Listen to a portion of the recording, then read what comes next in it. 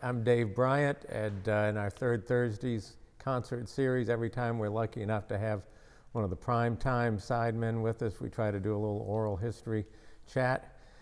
And our guest today is, what can I tell you, one of the greatest drummers in the world, period. I'm not buttering him up, that's just fact. Grant Calvin Weston, right here in the house. Yes, sir, Dave. Calvin, how you doing? Thank you for having me. It's a pleasure to play with you again after so long. And hey, man, thanks for inviting me. I feel good. I feel excited. All right. We're ready to go here. Yeah. All right, let's cut this. We're ready to play. No, okay. I guess we got to talk for a minute. So, usually we want to start with the thing of when did you get the call from Ornette? But I know you knew Jamaaladeen Tacuma, Charlie Ellerby, while you were still in Philadelphia. So Yes. how did that, so tell me about that and how that led up to meeting Ornette. Well, like you say, since I knew Charlie and Jamaaladeen, and me and Charlie was playing together in Philly, and he just said, hey, Calvin, Ornette is looking for another drummer. And I was like, who's Ornette? And he said, Ornette Coleman. I said,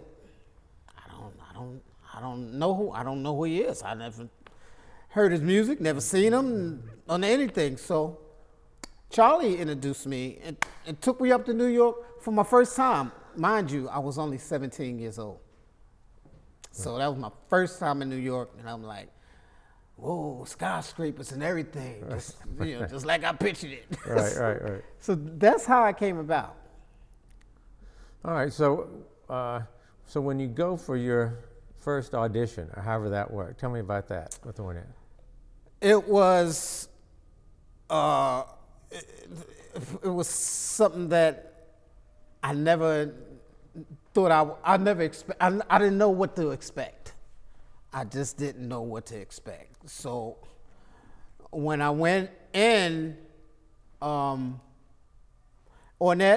and Charlie, no, not Charlie, Donato, Al, and they was there, playing.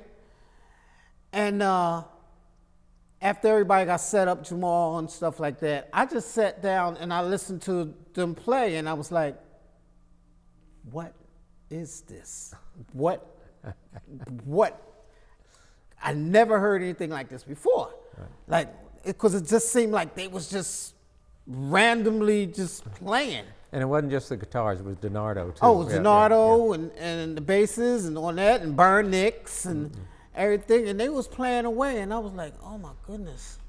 So after, they stopped, Ornette said, Calvin, you want to come play? You want to come play for me?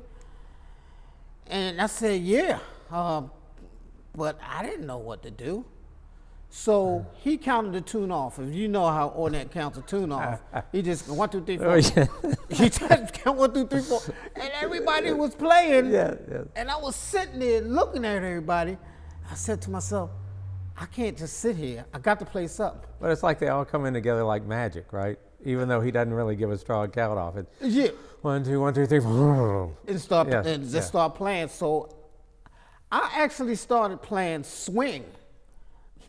Right. Like a jazz type swing. And out of everything that was going on, he heard me when I came in, and he stopped. He said, "No, Calvin, this not bebop. This is not jazz." I said, I didn't know what to play, so I didn't play no more for the rest of the night. I only played maybe about 10 seconds. So I said, let me just sit down and just listen. So that's what I did for the rest of the night. And then I caught the train and went back to Philadelphia. So I said, Ornette, Ornette, give me a week and let me go home, give me a list of your tunes, and let me go home and see what I can come up with. So I went home, And people know the story already, but I'm gonna tell it again. I put on every Mahavishnu Orchestra record that I could find. I listened to it day and night. I had one of them little portable record players with the speakers on the side, and I used to lay down on my mom's couch and listen to it all night long, fall asleep, and I would write tunes from Mahavishnu next to his tunes. And I was like, okay, on this song, I'm gonna play Birds of Fire. Do you remember particular pair-ups between the two? Pair up, what you Like which Maha tune went with which primetime tune? Yeah, that's what I did. Yeah, but which ones? Do you remember which ones for, went together? For like song X, I would play Birds of Fire. Okay. You know, for another song, I would play another Mahavishnu tune. And I wrote it down on the paper, and when I went to rehearsal the next week, I had a guideline to go through. I didn't know if it was going to work or not. Right. He called the tune off. I always tried to guess which ones you paired up, because I was thinking, well, City Living's in 5, and I thought Dance of Maya is kind of in 10. That could have been one. I don't know. So I was just curious did the odd time signatures somehow work better with his kind of phrasing? Was it that kind of thing? Well, I didn't think about that. Yeah. I just thought about the actual sound. Yeah. I just thought about actual sound and the wildness. Because his stuff was just completely wild to me. It didn't make no sense to me. Yeah. At 17 years old, it didn't make no sense at all. So when he called the tune off, I just look on my list and I said, okay, I'm gonna do this. And then he called the tune off. He count 1, 2, 3, 4, and I play that Mahavishnu tune. And fortunately, I made it through a whole tune. And when we stopped, he said, Calvin, that's good. That's good. Oh yeah, that's good. I see you went home and you did something. Yeah. I never told him that I was playing a Mahavishnu tune to his music. So that's how I kind of used a reference point to his music. Right. So. I asked Ornette one time if he'd heard Mahavishnu, what Really? he thought of it. Yeah. And he said, it's hard to remember exactly how he put it, but it was something to the effect of he liked the compositions, but he thought that the solos, he said something like he didn't think the solos kept up with the compositions. Because you know how his whole thing is melody. And I think he thought some of those solos were kind of, repetitive patterns and kind of pentatonic things, and that kind of thing. Yeah, it wasn't really melody type thing. Right. But he liked the actual compositions. Yeah. So, so I mean, after I, said to myself, oh, okay, let me not so much of play a beat, but play a rhythm to his melody. Yeah. So that's how I approached it. Yeah.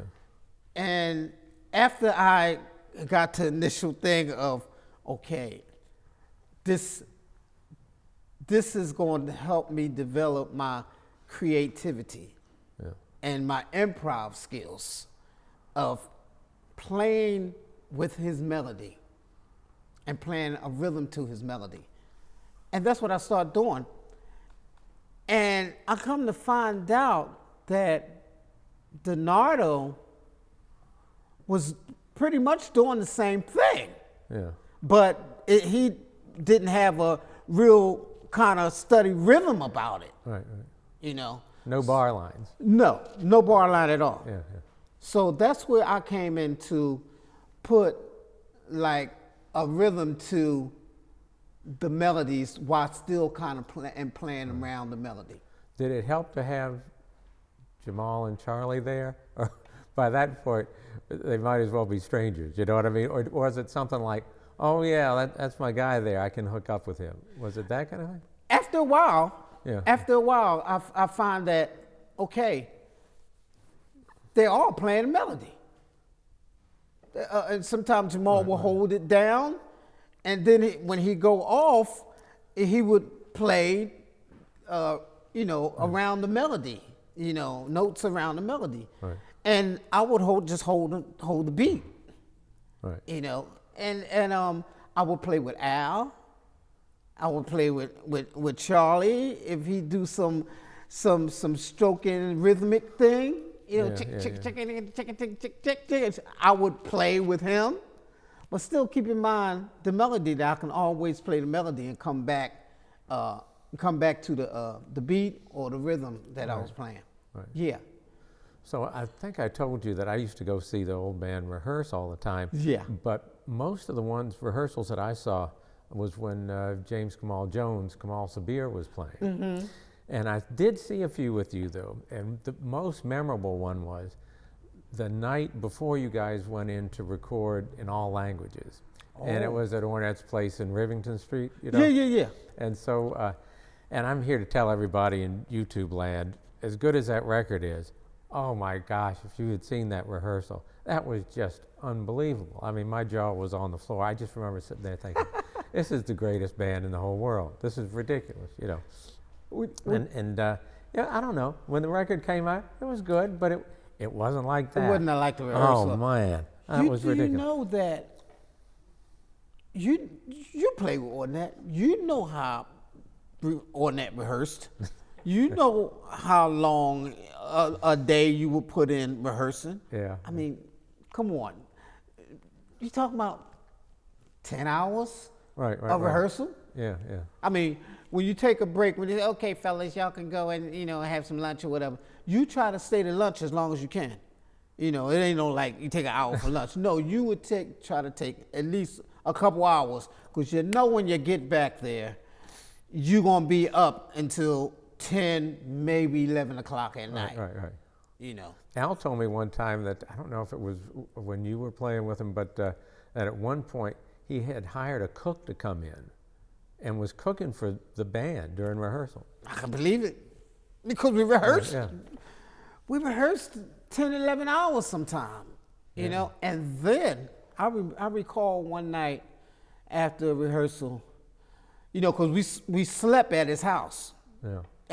At the school. Yeah. He slept at the school. We had our little cots. Ornette at the time lived in an old, I guess it was abandoned by that time, school building on Rivington Street in the Bowery. So that's where he was, with the high ceilings and tall windows and everything. Yeah, he had the third and fourth floor. Yeah, and space heaters all around. Yeah. Yeah. We would lay there, and I remember one night after rehearsal, I laid down, I was like, oh, yeah, well, okay. And here come Ornette, tapping me on the shoulder. Calvin, this, because you recorded everything, rehearsals, all that. Calvin, I want you to listen to this, after rehearsal, you can be like, oh, no, Ornette, man, no, come on, man. You took the headphones, and you took his tape recorder, and you laid there, and you said, and you listened to the rehearsal, Right. And that's what he did. If we were there, that's what he would do. Yes. He stayed up all night. Yeah. So. One time we came in one day to rehearse, and each one of our chairs had a little Radio Shack cassette recorder on it. And he says, none of you guys ever record the rehearsals. He said, I figure if I gave you the cassette recorder, you'd take some interest and show some initiative. So. Yeah, right. At that point, I was still learning, and he held his classes, his rehearsals just like we were in a classroom. Right. The little desk, the little brown desk he had with the chairs, and you sit beside your instrument in it. Right, and like, it's not that we weren't interested. It's just after 10 hours, you're ready to come up for air. Yeah, but it was, it taught me so much, about how to be creative and play the way that you feel to the sounds that you hear. Yeah. Because at one time, he said, because he would pick each individual to do something, know. Right. And he said, Calvin,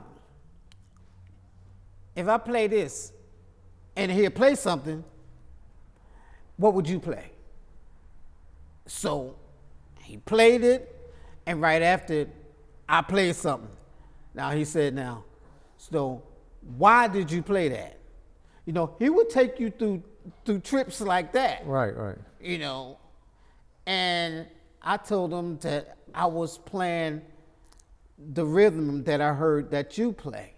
And he said, well, that's not telling me why you played it. So, he took you through like stuff like that, But, It's like what you wanted to work on. It's like your problem, Calvin or Dave, is not what you're playing, but it's who you are. It's sort of like that. Yeah. And it's like you work on that, and you can play whatever you want. Yeah, but see, I didn't know. I really didn't know to say that. That's my personality of what I heard with the sound. Right. But it was like, but he could make it very personal. And see, the reason you played that was your problem is that it would be like you had your psychoanalyst there, Yeah, he was really, really good at that. So I felt real good about myself because I was learning, and then when I would play with somebody else and I would hear their melody, I would play along with the melody, holding the rhythm or the beat that I was playing. Cause at one time, I'm gonna go off the chart a little bit, I was playing with Sunrise Orchestra. And I was at a rehearsal. This was when Marshall Allen, after Marshall Allen took over. And I was at a rehearsal, and it was playing, and I was playing, right? And one of the horn players turned around and looked at me and said, oh, wow, man. It's finally good to hear a drummer that know how to play melody. Ah. So it all came back to Ornette. Right. Know how to play the rhythm and play melody around the rhythm while keeping the melody there, Right. Now, I saw you do one of the hippest things I have ever seen in one of those rehearsals. Because like you said, he'd call on just do notes for a while with the guitars and change everybody's parts around and change the chords and everything. And so you and DiNardo, for those times, didn't have much to do. You read the paper, whatever it was.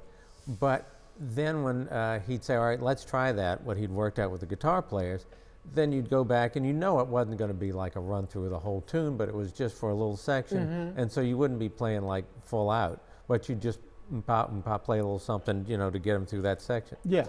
Well, you did this thing several times where you kept time with your feet, bass drum and hi-hat, straight time, but with your hands, you followed Ornette's phrasing on the snare drum, but kept the straight time going with your feet. And that's the whole thing, is because what he didn't talk about much, most of the stuff he talked about was stuff you could write down if you had to, the notes, the whatever. But things like his phrasing, where it's like he doesn't do 4 bars, 4 bars, 4 bars on a loop, It's all broken up. And I know when he talked to Bottle Roy, the tabla player in our band, and because but I would ask, what time signature are we in, that type of thing. And Ornette would give him strings of, play 5, and then play 3, and then play 3 again, and then play 7, and then play bar 4, and then play bar 6, and then you'll have it. Something like that. Yeah. And he'd do it, and it would just be, the whole thing was keep it broken up. And that's that DiNardo thing of not not saying here's 1. And making it so 1 can be anywhere. But the time is going like that. The time's steady. What do you call it? You've got the momentum going the whole time. Yeah, got the momentum, But 1 could be any place. And it's sort of like the tonic could be any place. That's movable all over the place too. But you right there just viscerally internalized and then expressed both of them at once. Here's where the time is, and here's where he is. Yeah. And I was like, well, I'd never seen that so clearly stated, and I just remember sitting there thinking, that's profound, because that's like the secret to the whole thing. That's how kind of I didn't really kind of figured it out, but I just did what came natural to me, because that's actually all he wanted. Right. Out of anybody that played with him, he just wanted them to play them, and what comes out. First time, it's cool. If you think about it too much, you're going to kind of lose something in translation. Right. If you think about it too much. Yeah, it was. So it was Ornette that brought out the real creativity in me to play melody and fast melodic lines, Right. So it was, most grateful for that. So when I joined the band, and the thing he'd do where he'd go around to each instrument, and he'd change your part up every day, and you'd think, all right, I've got my part for this tune. But the next day you'd come in and he'd go, nope, we got to do it. But I played what you told me to play. Well, it's not right today. And he'd change it all up again. And I'd keep track of it. I'd have a list on my sheet music of every different set of chord changes, every different part. And then when we went on the road, I told him, I said, I have to confess, I kept all this. And each night I kind of try it, mix it up different ways and stuff. And he goes, oh, no, that's what you're supposed to do. Exactly. Exactly. That was the reason for him changing your parts up. Right. So you can have a variety of parts to play on this tune, that tune. Right. But the thing is that when he did change your part up to the tune, it still was the melody. Yes. It still was the melody. Yeah. He didn't change the melody at all. You know what I seen him do one time? I seen Ornette, you know how music is written from left to right.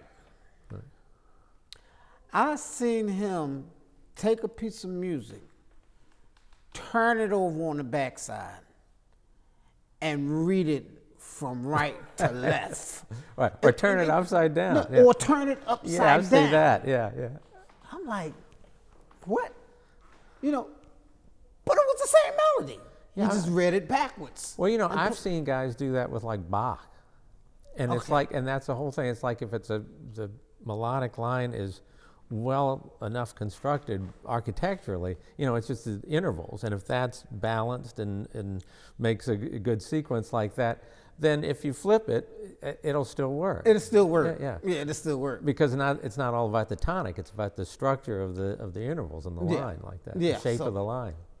Yeah, so through Ornette, that's how I only played with Ornette, did 3 albums with him, 3 albums of Human Feelings, in all languages, and Virgin Beauty. And only played with him for 2.5 years. Really, altogether, that was it, huh? That's it. It's since I was 17, for about 2.5 years, because that's how I met James Blood Almer. Right. And I started playing with James Blood Almer when I was 19 or 20. Because Blood came to one of Ornette's rehearsals. And I didn't know who Blood was. I didn't know, I didn't know who he was. And he asked Ornette, hey, who's that drummer? Next thing you know, I was at Blood's house. In the dungeon, we call it the dungeon. But Ornette prepared me for Blood, because Blood was playing with Ornette, when he first came to New York, I think. And Blood was playing those lines that, that prepared me for Blood. But he'd put one wherever he wanted to, right? Who's that? Blood. Yeah. Like Ornette, he would, but he'd come in for that kind of country blues thing, but it would be like the phrase is over when the line's over, and it doesn't matter where we are in the 12 bars. Right? You know, one time, Ornette told me, he said instead of counting like 1, 2, 3, 4, just count 1. Just count 1, 1, 1, 1, 1, 1, 1, 1. Just count 1, and that's it. So, 1, 2, 3, 4. 1, 2, 3, 4. 1. Just count 1. We used to joke that harmonic analysis too, because where they do the harmonic analysis where they do 1, 4, 5 and that type of thing, a chord progression. We used to say that the harmolodic analysis was 1, 1, 1, 1, 1, 1, 1. Yeah. So he told me before. He said, just count 1. Everything is 1. But everything, just count 1. So did Blood, when he would talk about the harmolodic thing, did you hear things from him that you hadn't heard from Ornette? Well, Blood came from when I got with Blood, he came from a different concept of his music that came from the way he tunes his guitar. Right. You see what I'm saying? Right. He came from a different kind of concept from the way he tuned his guitar. See, Blood came from a drone type thing. A study drone, like a E string. Doom. He played everything inside that drone. As you can tell, when Blood plays, he always have a bass sound on his guitar. Right. But he also came from when I first got with him. I remember going to the first rehearsal with Blood. He told me, I sat down behind the drum kit, and he said, a snare drum. Take that snare drum and sit it over in the corner.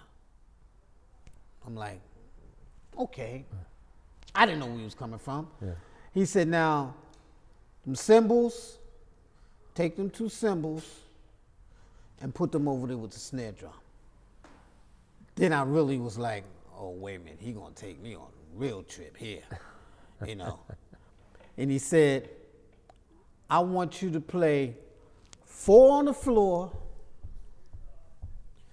play this melody with me, only on the drums. I mean, I didn't have a snare drum, or I didn't have no cymbals. I had a hi-hat.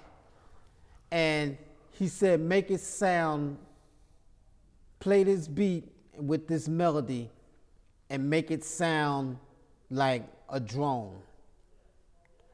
Make it just sound one study thing. Uh-huh. I want you to make it sound like that, but I want you to play this melody on them and only accent on the hi-hat. Okay. And if you listen to some of them albums like Freelancing, you'll hear that I'm playing a drone on the drums and accenting only on the hi-hat and snare. The backbeat is the 4/4. It's the 4/4. Right. Then he had me add the snare drum to play the melody around the drone and the accent. The melody was played on all the drums, but mostly on the snare drum. But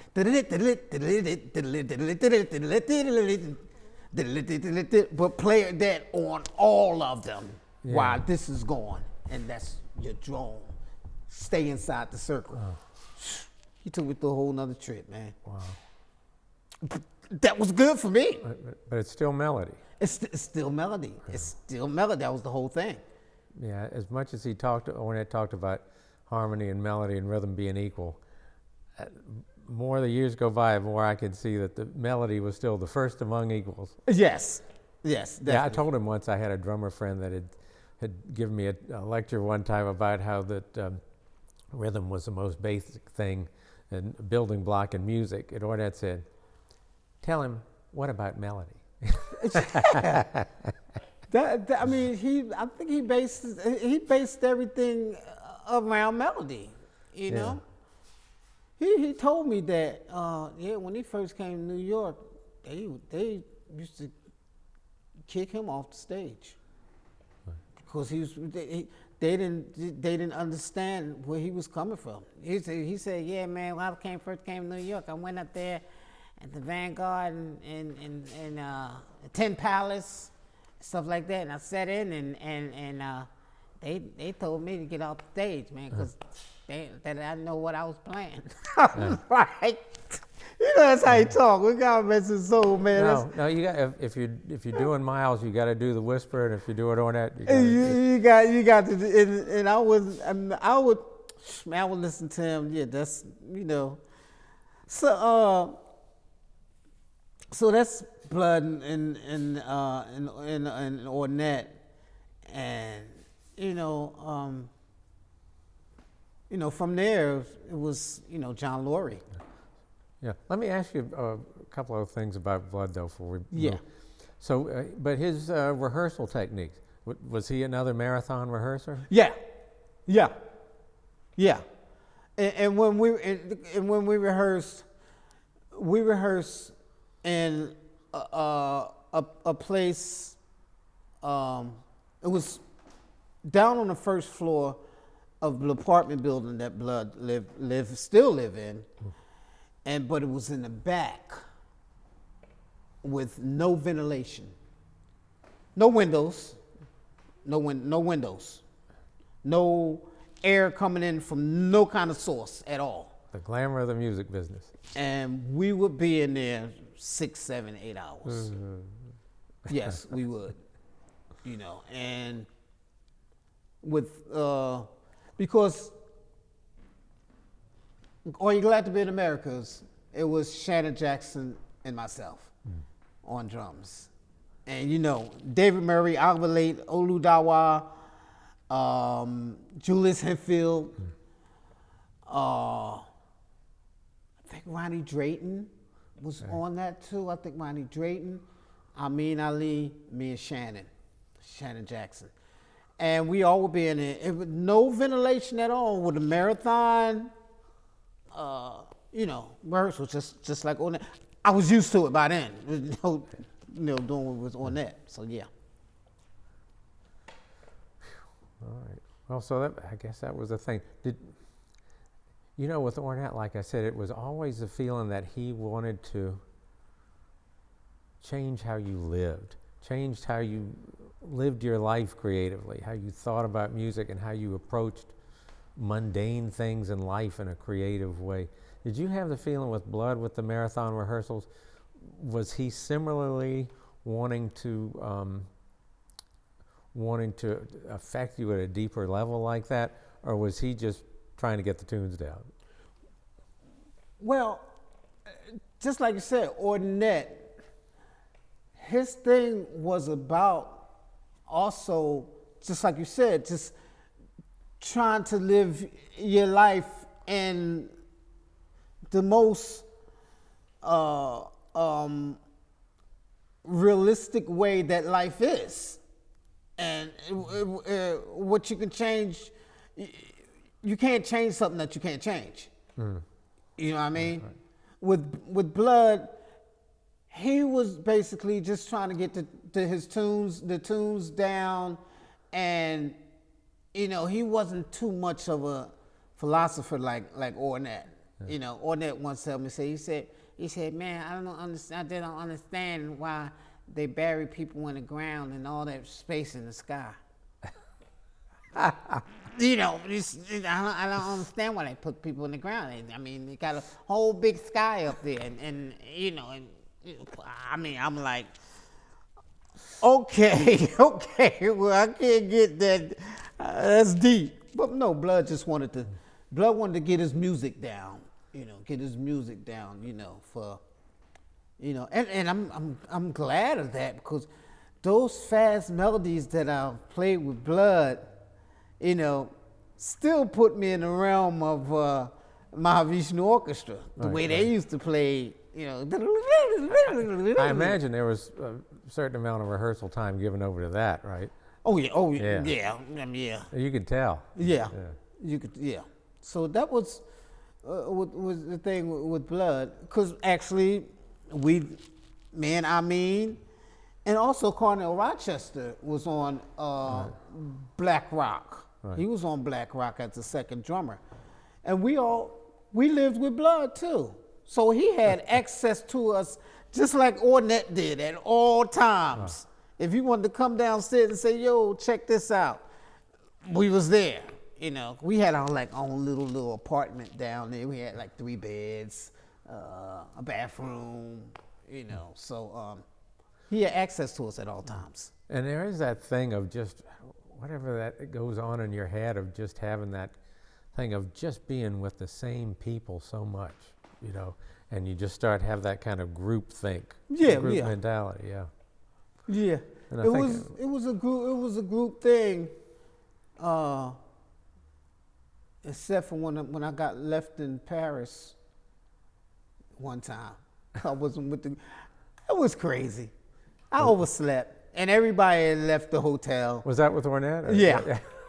Everybody had left the hotel thinking that, oh, it's Calvin. Where's Calvin?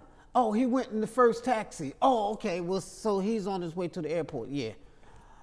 Man, I was still in the hotel sleep. But I got to where I had to get.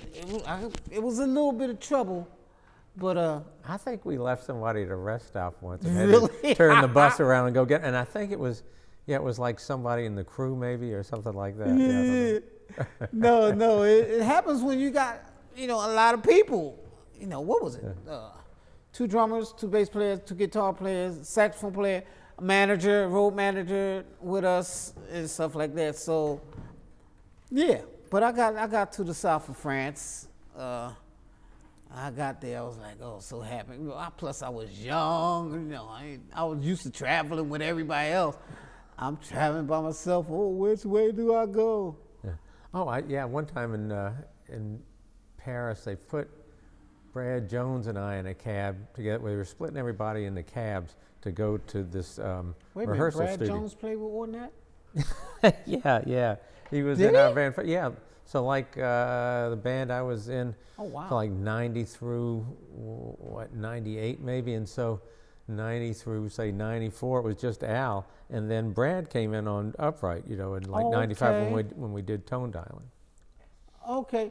And I so- was listening to some of that today. So I posted it on my page, Tone Dial. With the phone, with the Yeah. Oh, yeah. Yeah, so that's Brad. I got to listen to that a little bit more deeper now. I didn't know Brad played with, he never mentioned it to me. Yeah, so they split us all up and put us in different cabs, and Brad and I were in one, and it was whatever the address was, there was another street with the same name somewhere else, and our driver took us to that one instead of the one that had the rehearsal studio. Oh, okay, yeah. So yeah, we had to do some phone calling. We had to do some tone dialing after Some that. tone dialing Yes, yourself. yes. Yeah, but it's funny that you mentioned to me last night that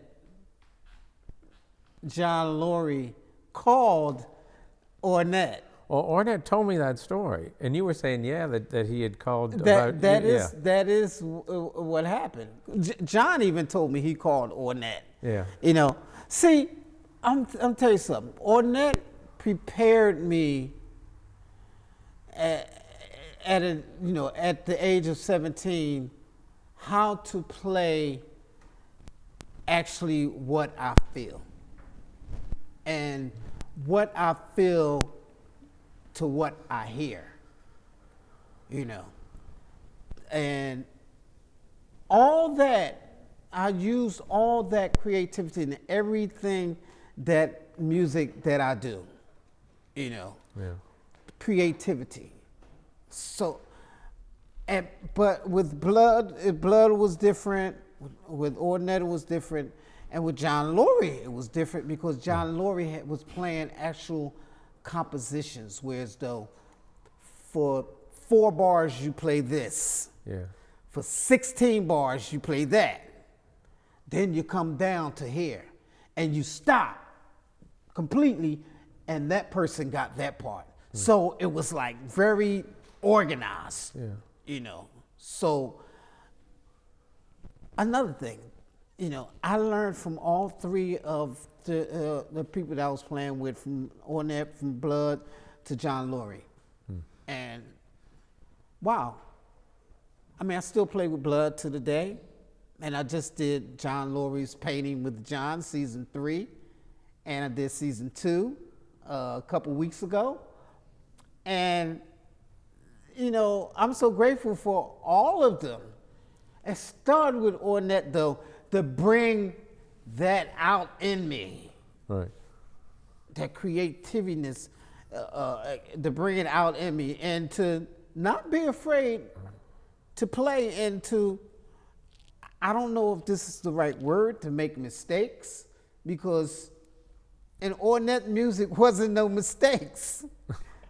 Because you was playing, you didn't make no mistakes in his music, because you was playing you. Yeah. One time he told, I was trying to get a part worked out to something, and I could tell it wasn't working, and I thought, well, I'm going to try it one more time. And right as we were going to start again, he goes, David, he says, what you're playing? He says, it's harmolodic, but it isn't any good. And I said, I know it's not. And so we stopped and worked on it a while. But that was an interesting distinction, though. So just because it's harmolodic doesn't mean it's good. Well, let me ask you a question. To you, what is harmolodic? Everybody solos at once. That's a short answer. I told him one time, when people ask me what harmolodic means, I say everybody solos at once. That'll be $40. Everybody. Hey man, I think I got it. Yeah. I would say, okay, but everybody solos around the melody at once. Yeah. And the melody that's, that is kind of set. That's like I said last night to you. It don't matter with Ornette whether you play from the head of the melody through, or whether you start in the middle when you're in the composition, or you start at the end. But eventually, it all gonna come together like this, But that thing of how do you make it work when everybody's soloing at once? And that's when you get into all the theory. That's when you get into all the philosophical stuff. That's when you get into almost looking at it in terms of like, political, social science kind of ways and things like that, and all the things that people put on it. But, just that thing of the melody, of figuring out how to construct a melody that is strong enough to stand on its own. And it doesn't matter what you play. I don't need, I couldn't really play that. I couldn't sell that melody because the drummer wasn't backing me up. You can never say that, because you've got to be free to do whatever it is you're going to do. Bass players can be in a different key, whatever it is. Yes. But you've got to be able to construct a line that's so airtight and so its internal structure is balanced and strong enough that it'll pop without anybody else. Yeah. And so that's the science of it. That's what I keep coming back to. And part of it is that thing of phrase placement and exactly where you put it. Like, people talk about playing, ahead of the beat or behind the beat or whatever. Yeah. But that's a whole thing of placement that way, and then harmonically. But Ornette, would adjust microtones, and he'd play out of tune a little bit on purpose, just to set it just right against the other instruments, Yeah. And so it's like a lot of that stuff he never talked about. And I tried to get him to talk about the phrasing thing, about the intonation thing, and he wouldn't talk about it. Yeah. He'd be like, ooh, you talk about something else now, he'd say. But that's how his expression. but he wouldn't actually get into it. That's him. He'd take out a sheet of paper and write some stuff out for you. But the actual, you get into that alchemy of changing the pitch, of changing where the phrase lies, where one is, That was really very. I don't know if he. I don't know if it was something. I asked Donato about it one time, and Donato said, "Well, that's just that there isn't a formula." And I think sometimes I think Ornette was self-conscious because he thought the Academy demanded that if it was legit, it had to have a formula. You know what I mean? Right. Yeah, right. And so I think maybe he didn't want to open that kettle of fish, and also he didn't want to get into a thing that he couldn't give me. Do you know what I mean? It's sort of like he could tell me how to do this or that, but it wasn't like, all right, let me teach you how to do this. That was more something where I had to pick it up. You know, after the band I was in stopped, and years later I'd come back and play with him again, and the hardest thing was learning how to phrase with him. You know what I mean? Start when he'd start, stop when he'd stop, and those irregular shapes in the comp form or something like that. And I remember it seemed so awkward. I thought, I'll never get it. And after I was out of the band, and I'd come to visit him, like for a weekend or something like that in New York, and we'd sit down and play together, and all of a sudden it was like, oh, this feels so good. This feels so comfortable. And I don't know when the change happened, you know, to where it was like, oh gosh, I'll never get this, to like, this is home base, you know? Yeah, but I don't know if, you know, if he really wanted you to like phrase with him, because it was sort of, for me, it was sort of like a call and response type thing, you know. With me, it was rhythmically, and sometimes it would be a drum that would, you know, a tom, or maybe a cymbal hit that would set a melody that way. Right. So they both popped. Yeah. So they weren't together, but he'd get it so they intersected just so they'd explode. Yeah. Right? Yeah. But it fit right with it. You know Yeah. what I mean? So, and I don't think he all the time wanted you to phrase with him. Just kind of compliment and answer. Right. You know, just like I said, it could be one hit on a drum that could set the melody another kind of a way, Right. or a crash on a cymbal that could set a melody another kind of way. Right. I was playing with this guy, right? And we was into the tune, and he was soloing. I mean, he was soloing pretty long, you know. And so I did a roll, like a bang, and then he stopped his solo, and we continued the groove. And after the tune, he said, "Well, who called my solo?" I said, "I did. I just rolled, and you felt that you should stop. So that's what you did. So I just did a roll that said, okay, you done," you know, and he stopped. Yeah. And somebody else picked it up, you know. So, oh, okay. He said, oh, okay. That's what a roll could do. Yeah. You know? So with Ornette, it was, I think it was about, you know, it was about his phrasing too, just like you said, where you put stuff at. His phrasing, you know, that could take the beat another way, that can make an accent sound, placement. Right. Billy Cobham told me also is that, you know, most drummers, we play singles, doubles, and triples, basically, right. You know, and you can do a whole solo just from playing single stroke rolls, but it's where you put the accent that will make it sound different, and the dynamics that you use just through a single stroke roll. Right. You know, and I do that a lot. Doubles, singles, and triples, you know. Accent, where you put the accent, where you place the note.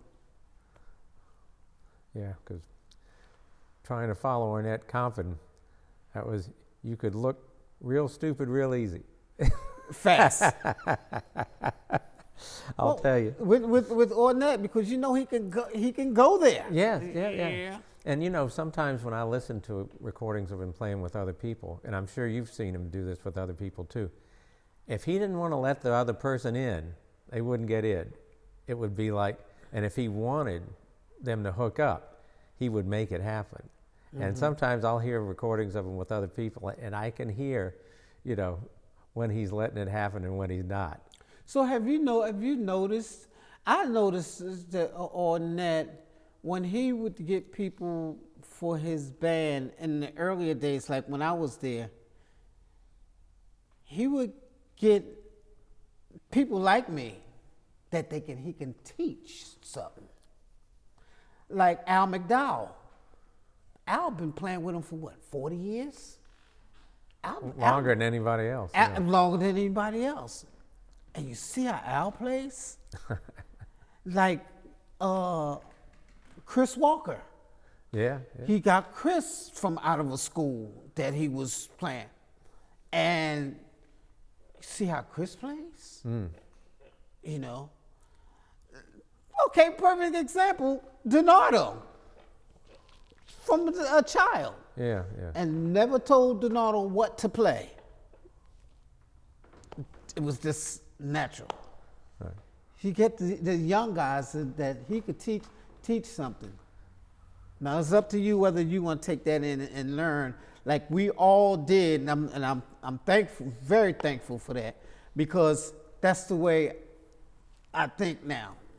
You know, most of the music that I play, you know, just like now, you know, if I have a gig in Philly somewhere, I'll pick some guys and say, "Oh, what we gonna play?" I said, "We just gonna play." And sometimes he'd say to me, "Now, David, you're a school musician," he'd say, and I'd say, "Yeah, but this is the first time I've ever been a good student." Okay, yeah. And I know there's a string of broken-hearted teachers out there that'll back me up on that. Yeah, right, But right. Anyway, I guess we got to rehearse. Oh, we do have to sound check. So as lovely as this has been, anybody who hasn't gotten enough harmolodic talk up to this point can't get enough. I think they should maybe look at some Ornette Coleman videos. Yes, of yes, when indeed. he's talking. Yes, indeed. Interview. But thank you so Thank much. you. Wonderful Yes, to see you. Can't wait to get here. Yeah, All we're right. gonna play some music. All right. Let's do it. Thank you. Thank you. Good night, world.